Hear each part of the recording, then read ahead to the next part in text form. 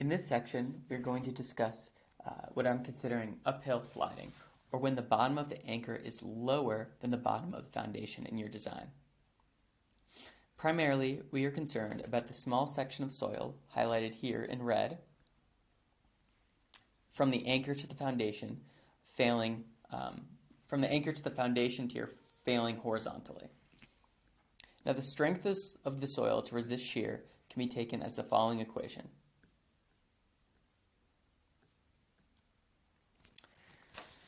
Which is a combination of cohesion, normal stress, and the internal friction angle.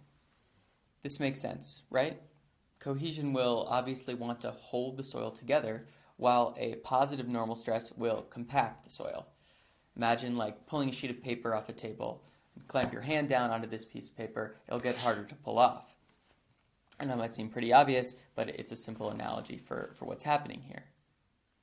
And finally, the internal friction angle will affect shear strength as an innate property of the soil that represents the interlocking of soil particles and the frictional strength or the friction against or amongst each other that they can achieve.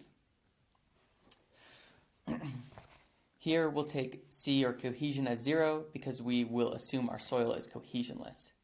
Phi is our angle of internal friction, and sigma n is our normal stress on the soil in the equation.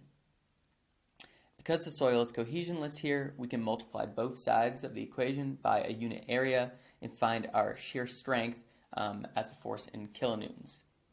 That makes sigma n equal to this variable Fv, the total vertical load on the soil at the failure plane.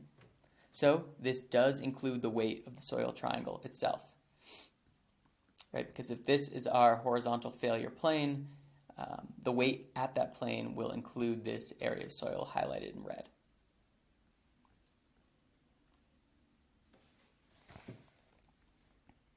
The total vertical forces from the abutment can be taken directly from your anchor sliding analysis or equation 4.6, or the equations in section 4.6 of the EIA Bridge Binder Volume 2 for design.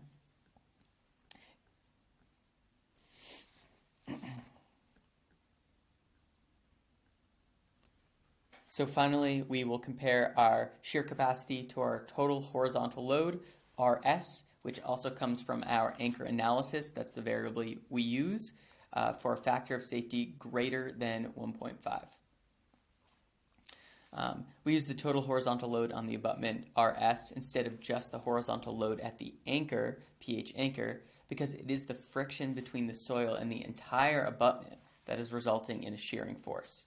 And here, like I mentioned before, we are analyzing the shear failure along the dotted green line here at the interface.